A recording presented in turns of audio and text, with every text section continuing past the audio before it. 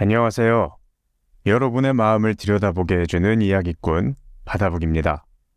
길었던 연휴가 끝나고 일상으로의 복귀는 언제나 피로감을 동반하죠.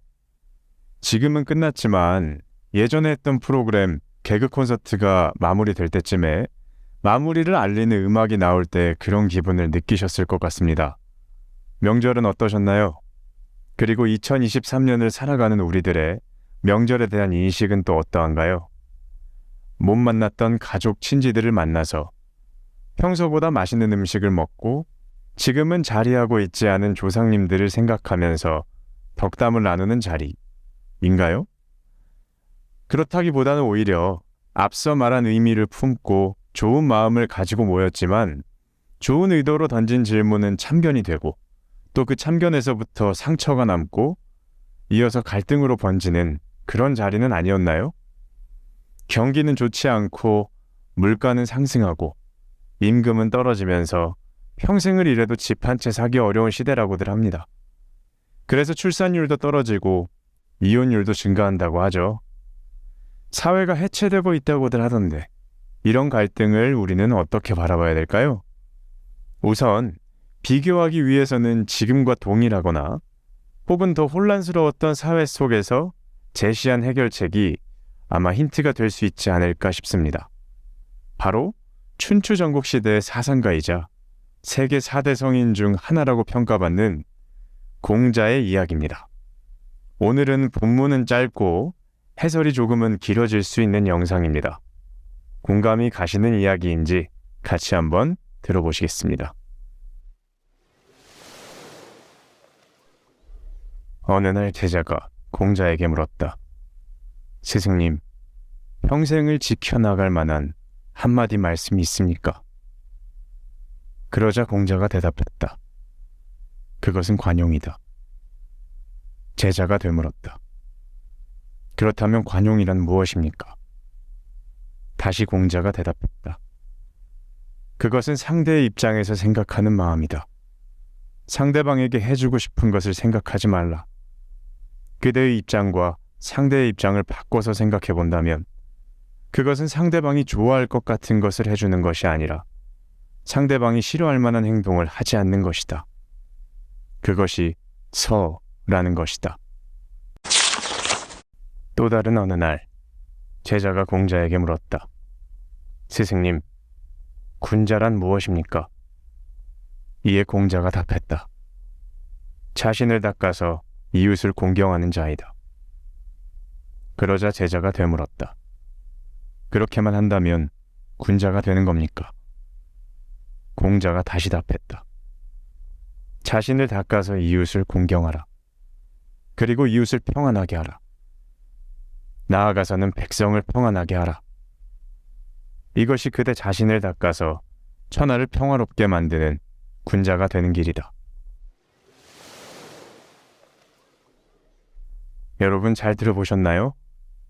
공자의 가르침이나 저서는 공자 본인이 쓴 것이 아니고 공자의 제자들에 의해서 기록되었다고 알려져 있는데요. 공자의 사상을 대표하는 단어가 몇 개 있습니다.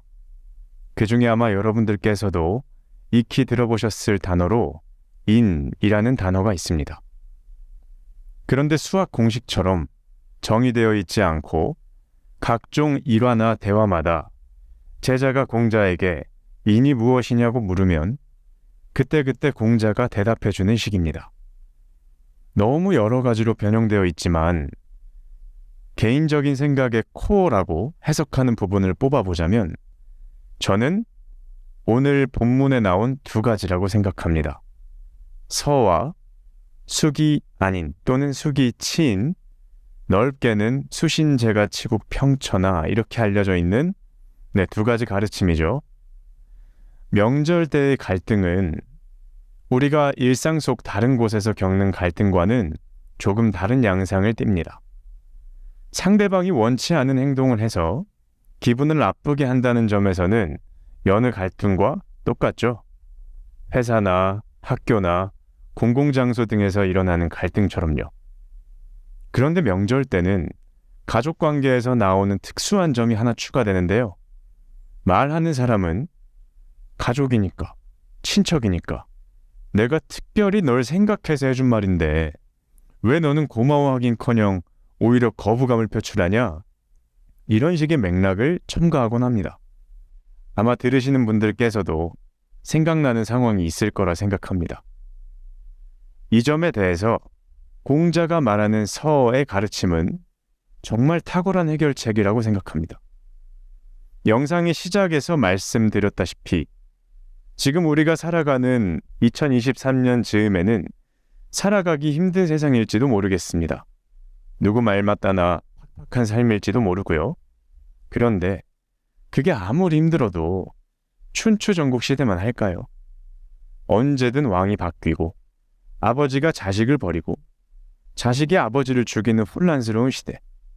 그 시대와 그 시기를 눈으로 목도하고 직접 살아갔던 공자라는 사상가가 우리에게 주는 가르침입니다.